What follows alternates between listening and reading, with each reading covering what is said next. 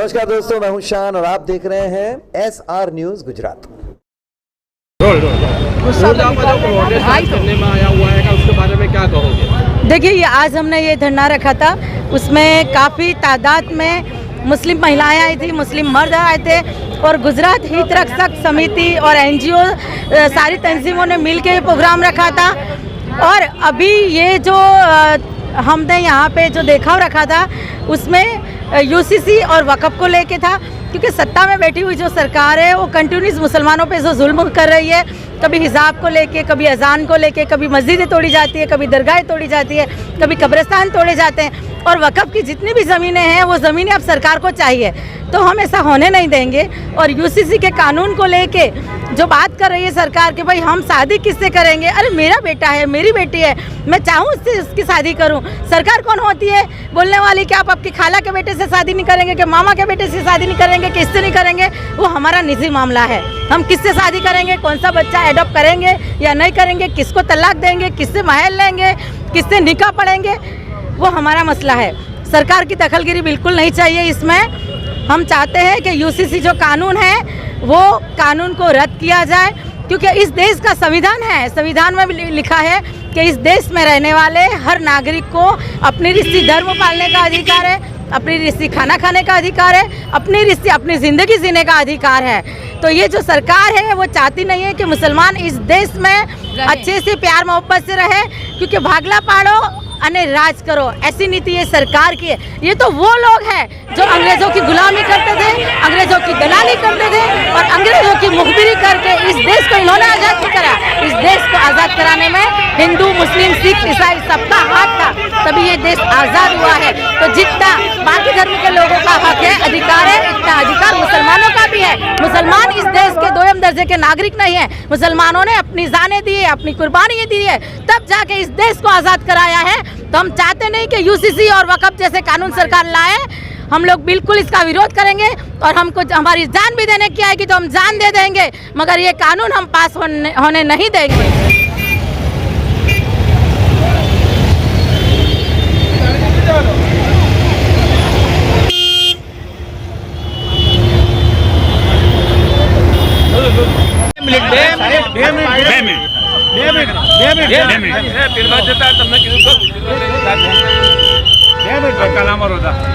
Professor Nisar Ahmad Ansari, general secretary Jamiat Ulama Hind Gujarat और मुस्लिम हित रक्षक समिति की जो कोर कमेटी है उसका मैं चेयरमैन हूँ। क्या प्रोग्राम था आज का और क्या आज का प्रोग्राम जो वक्फ का काला कानून जो आया है, हम ये मानते हैं कि मुसलमानों की प्रॉपर्टी पर एक कब्जा करना चाहती है सरकार और मुसलमानों को उसके फ़ायदे से रोकना चाहती है।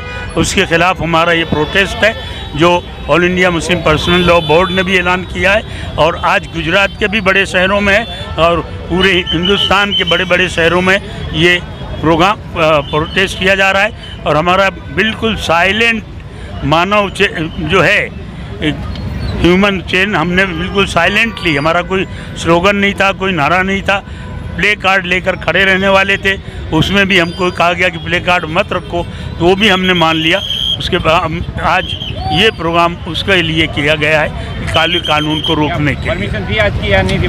नहीं, परमिशन हमको कल तक मिलने की थी, सुबह परमिशन देने के लिए बुलाया लेकिन परमिशन नहीं दी हमको।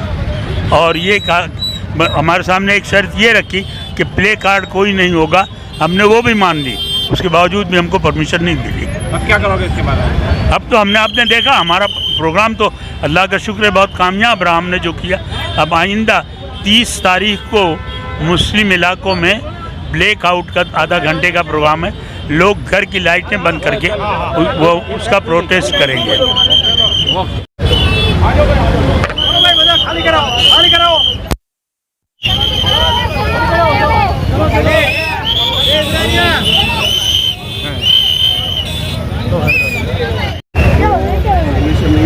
मेरे को हाँ नहीं मालूम है, तो करने दिया वही। अभी क्या वो बार बार मेरे को स्टिच कर रहा है, जगह खाली करवा। एक मिनट, आपका नाम और? जी, मेरा नाम है शेख सुहाना बानू। मैं women's power of charitable trust चलाती हूँ और हमारी काफ़ी उम्र गुजराती भाइयों के साथ मोहब्बत से निकली है, राखी बांधने में और इन्जॉय किया है, और हमें किसी धर्म से कुछ लेना देना नहीं है। लेकिन आज जो ये रैली निकली, ये वक़्फ़ के लिए, काले कानून के लिए निकाली गई, क्योंकि मुसलमानों पर बहुत ही अत्याचार हो रहा है। हमने भी यहाँ पर खून दिया है, हमारे बुजुर्गों ने यहाँ पे अपनी जानें देकर, अपना माल लगाकर गांधी जी के साथ इस देश को आज़ाद कराया। फिर मुसलमानों के साथ इतनी नाइंसाफ़ी क्यों? मैं आपसे ये कहना चाहती हूँ कि बताइए, सभी धर्म के लोग हैं यहाँ पर, फिर मुसलमानों की वक़्फ़ पे सरकार की गंदी नज़रें क्यों? क्योंकि गुजराती भाई बड़े बड़े मंदिर उनके भी हैं, जैनों के बड़े बड़े मंदिर है, फिर मुसलमान की मिलकत क्यों मांग रहे हैं? और हमारी शरीयत बदलने की बात है। हमने कभी कहा है कि इधर पूजा ना करो, इधर ये ना करो, हमने कभी किसी से कुछ नहीं कहा है। हम मोहब्बत से रहते हैं, हमें किसी के साथ कोई विवाद नहीं है। फिर हमें अजान के लिए, हिजाब के लिए क्यों परेशान किया जा रहा है? देखिए, ये बात तो सभी जानते हैं कि हर भाई नॉनवेज खाते हैं, लेकिन फिर भी 2 दिन पहले कड़ी के अंदर 2 मुस्लिमों को जलाया गया और मुसलमान चुप है, आज भी चुप है, क्योंकि हम चाहते हैं कि मोहब्बत से जो काम हो जाए वो नफरत से नहीं होना चाहिए।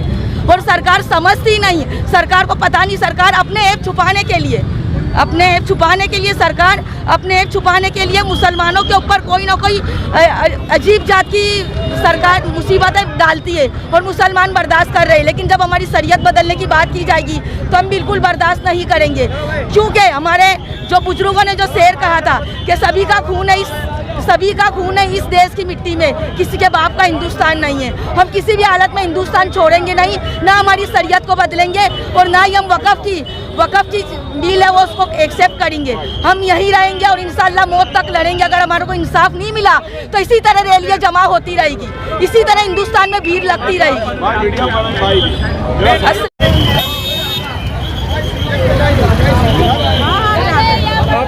थोड़े लोग आगे पीछे हो जाए।